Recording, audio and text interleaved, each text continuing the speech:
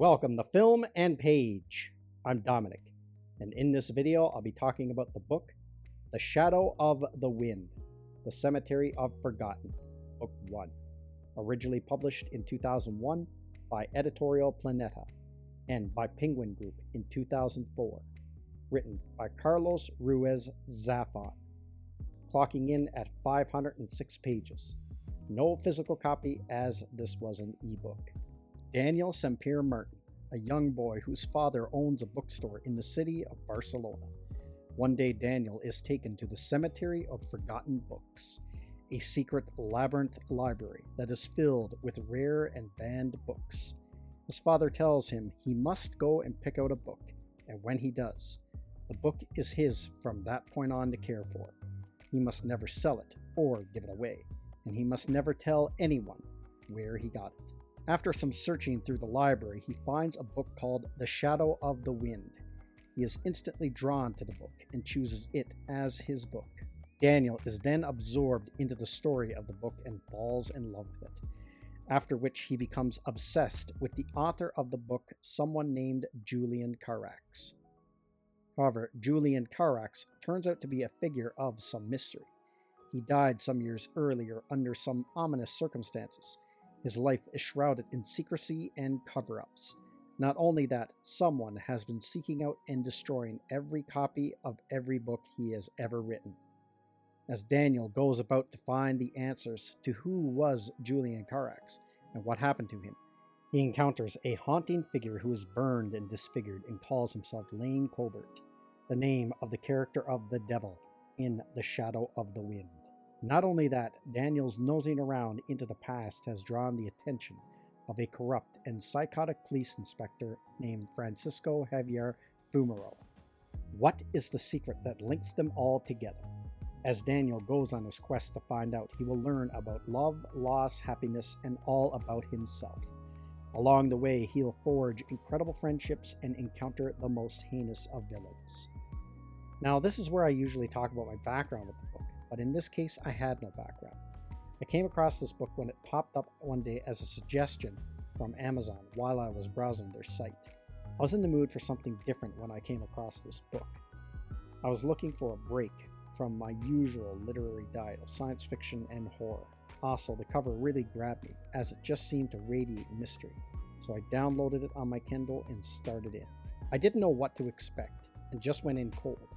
I was, however, pleasantly surprised, as I really enjoyed this book. The story was very compelling, but more on that in a bit. Now here are some of the things I liked about this book. First thing about the book that really struck me and I liked right away was the author's writing style. It was very different from a lot of other authors, and it gave the book a very distinct voice. It reminded me of Frank Herbert's writing. Although his style is very different, Frank Herbert's writing style felt very distinct from other authors. Another thing I noticed very quickly about this book, and it's something I noticed also with the books in the Remembrance of Earth trilogy. This book was first published in Spanish in Spain and was written by a Spanish author. Now, a lot of the books I read are written by mainstream publications like Tor, Orbit, etc., and written by writers of the West, for lack of a better term. I'll use the Expanse books as an example of what I'm about to point out. I love the Expanse series of books.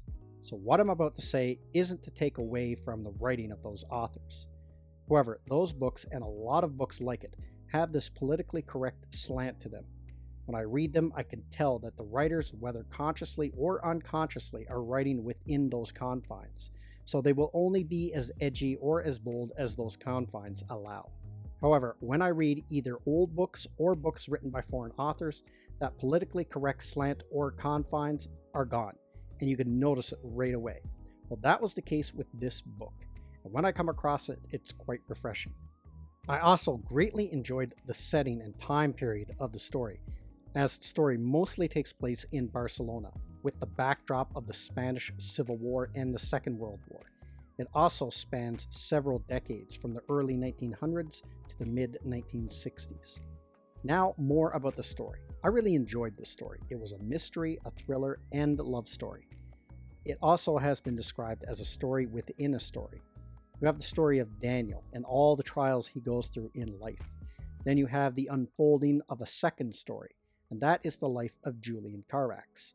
As you read it, you'll see how the people and situations Daniel encounters teaches him life lessons, and you see him grow as a character. At the same time, the mystery surrounding Julian Carax will pull you through the book.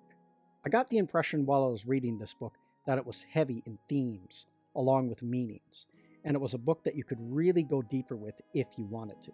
Now on to some of the characters of the story. I really liked that this book had some very colorful characters in it. We have Daniel himself, which is a flawed character with some personal challenges he has to overcome. So at some points in the story, he isn't always the most likable character. Along with that, the author doesn't get into the head of every single character, so the motivations behind some of the actions of certain characters are not spelled out for the reader, and you'll be left to ponder them on your own. However, my two favorite characters in the story was Fermin Romero de Torres, a homeless man who Daniel and his father befriends and gives him a job at their bookstore.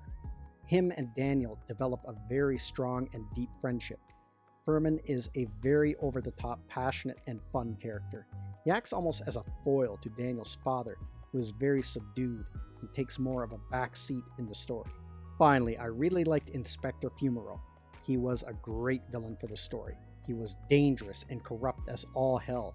He only lives for torture and murder, having no loyalty to any ideology or government. He was a really juicy villain for the story.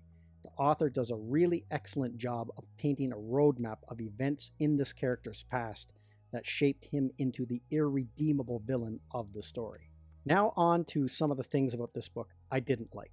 As for things I didn't like, well, honestly, there wasn't much about this book that I didn't like. There was a point towards the middle of the book where the story seemed to drag a bit. That was about it. Also, and this isn't a point against the book, but a heads up. There are a lot of characters in this story, and sometimes it can be difficult to keep track of them all. This book is one book of a series of 4 books, but it reads as a self-contained standalone story. I feel this book can totally stand on its own and wraps itself up nicely at the end. So in my opinion, if you don't want to go further in the series, I don't think you need to. Finally, I would recommend The Shadow of the Wind.